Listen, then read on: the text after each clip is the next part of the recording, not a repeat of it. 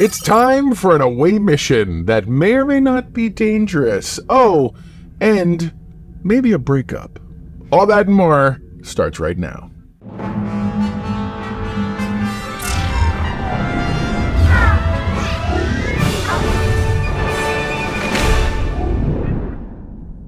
What's up, my know-it-alls? Welcome aboard the USS Know It All. Joining me, finally, for the first time this season, ta-da! Our very own. You guys missed me. I knew you guys did. Absolutely. That's a baby know it all, of course. And we're going to be talking some Star Trek Lower Decks, the final season. That's so crazy and sad. It kind of reminds me of you. You're in college. It's the final season. So it's so funny. I know. Yep. Put that on the yawn counter.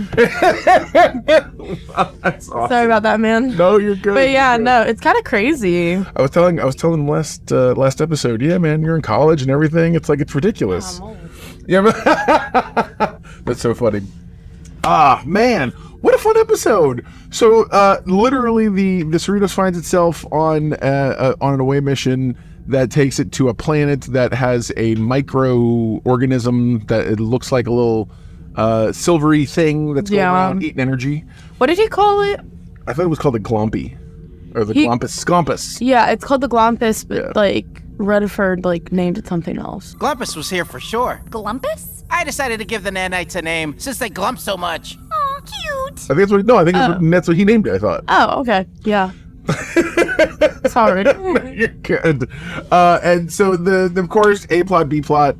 A plot is all about the Glompus. I'm sorry. No, that's a lie. Would A plot be... A plot was the Mariner story, I thought, wasn't it? Well, I kind of thought A and B meshed together, and then the C plot would have been what's his face. I can never remember Boimler? His name. Boimler. Yeah. He has a really weird beard mustache thing going on. He needs to cut it out like that. And I understand it was from the past episode or episodes or whatever. No, it looks weird. Get rid of it. It looks weird. Get rid of it. All right. So so they go on the away. There's an away mission that the normal group, our normal Cerritos group, is going on, which is Delenn, Tendi, Rutherford, and Mariner, and her Mariner's on again, off again girlfriend Jennifer. Yeah, I don't remember her. So they used to date, and it was right before last season when Mariner was arrested for mutiny and all that, and so we're not arrested, but sent off to Starbase 80. And so they apparently that was the breakup, and they never talked again. And then so she suddenly is all like, "Yeah, babe," and blah blah, and kissing on her and stuff. And so they're going on the mission. Boimler was going to be with them, but then Ransom and Billups pulled him on a special mission. Alien shuttle, sir. You, me, and Billups are going on a little undercover mission. Oh, cool! I love spy stuff. Do we get to wear the black bodysuit? Because they have to go find an admiral who's gone AWOL. But the thing about that is that Boimler had a rude awakening. Not rude awakening, but he was scared because there's this guy who lost his hands, and he was like, "Don't go with him. He's gonna use you as a shield," and da-da-da-da. He was, and he low-key traumatized him. He did. That's fair. I think it's absolutely fair. He traumatized him. Yeah, and so because he traumatized the guy with no hands, the guy with no hands scared Boimler, and Boimler, that kind of set the tone for the entire mission. It did. So you got to see Boimler be particularly Boimly in terms of just being a complete freak, and it's really funny. So but then the main mission, as they're going through things, Mariner reveals to the group, her friends, she's like, I couldn't have been any clearer. Okay, here's how it went. I saw her in the bar, and instead of talking, I just walked right past her. And I'm like, is that how you break with people? I don't know. So I don't know. We'll see.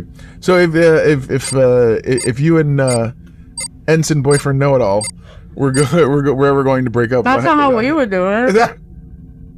No, that's weird. I'm sorry, but Mariner was a weirdo. She's a weirdo. That was weird. That was a very strange relationship choice, for sure.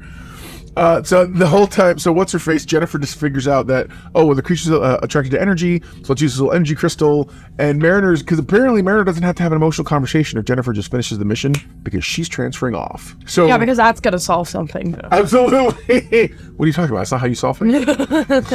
So what does she do? Nope, no time. Let's boost it.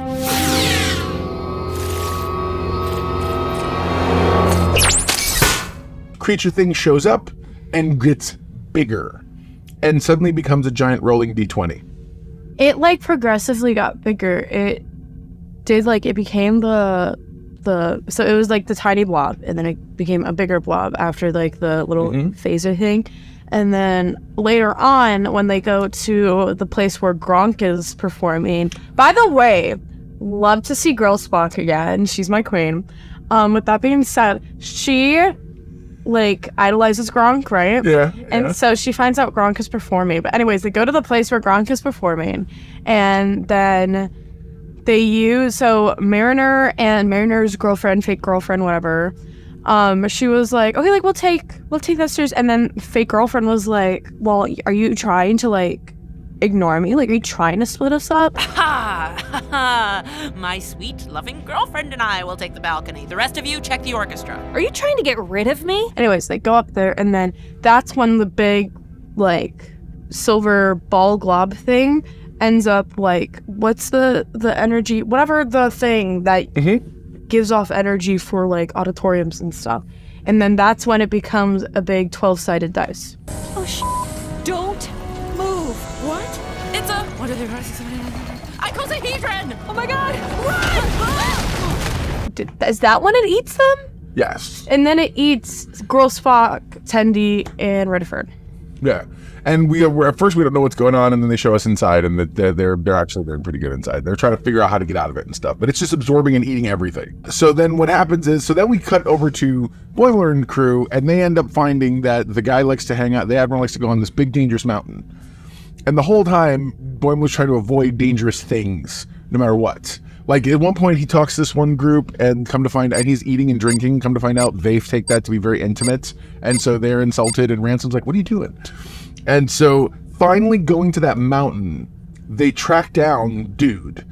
And Dude tells him, hey, listen, I'm an admiral who gets given all the crap, horrible assignments. I basically milk space whales, which is really gross to think about. And so Boimler's like, then he offers Boimler a job. He's like, why don't you join me? Come on, man, join us. And Boimler's like, at the AWOL, right? Yeah, he calls it the AWOL. Oh my god, with the little play on. Yeah, play on words. I love it.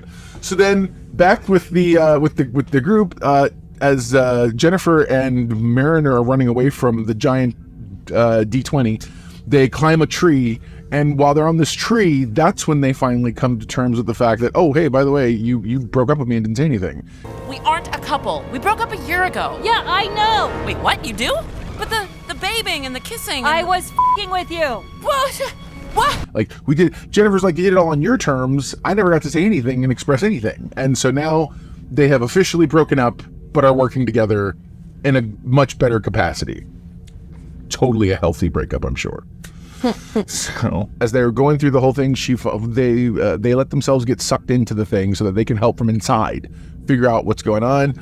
They, through this and that and technobabble, they solve that particular issue. The thing melts.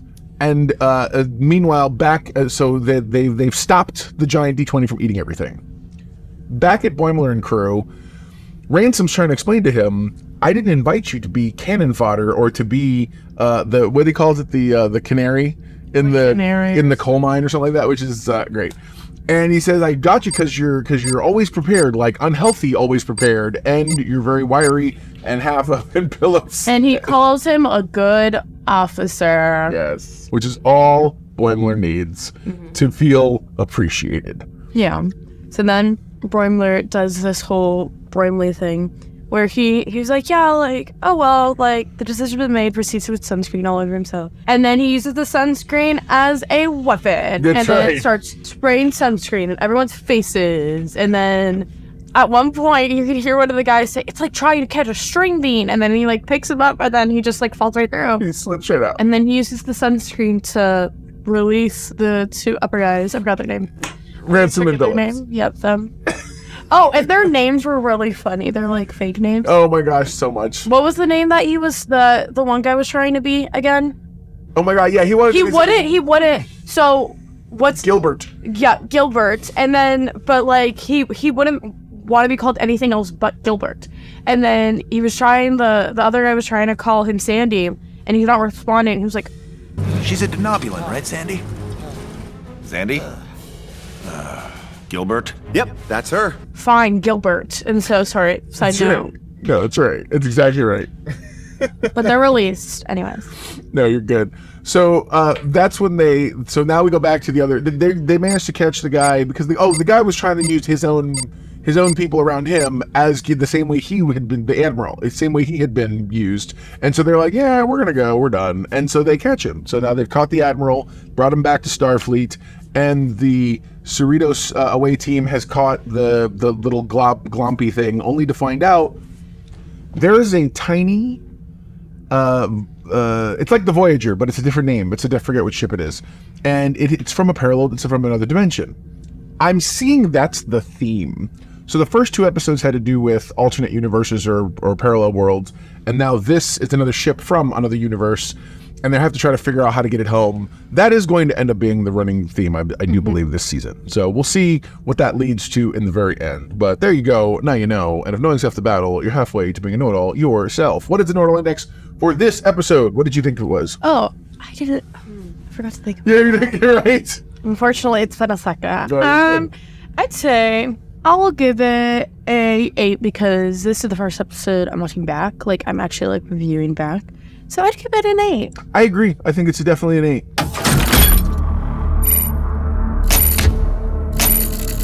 All right, comment below. Let us know what you thought. Are you excited for the rest of the season? Yes, ma'am. Tendi got to meet Gronk. Yes, that's she had to play the Stock little. Girl, Yes, yeah. So, wrong one.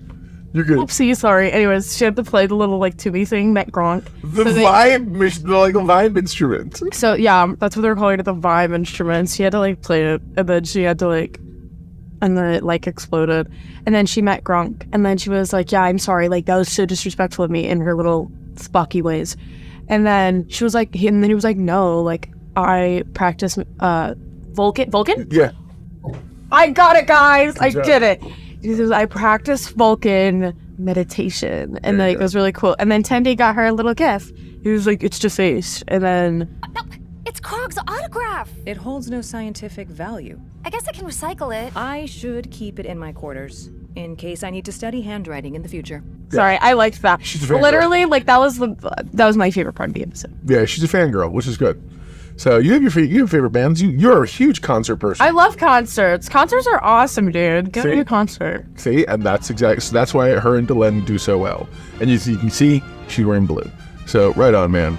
All right, guys, comment below. Let us know what you thought of the episode. Are you excited for what's going on in this final season? I know we are. Yeah. I can't wait. It's also kind of fitting because obviously, Baby Know It All's in college. She's growing up and going out to the world on her own. So it's only appropriate that her final reviews with us would be Lower Decks. All right, guys. We'll talk to you guys very, very soon. Never forget. Everyone loves to know it. We flip-flopped. Bye. Bye, guys. That was awesome. I'm sorry. No, I love that. I loved it. I loved everything about it. That was great. That was super great.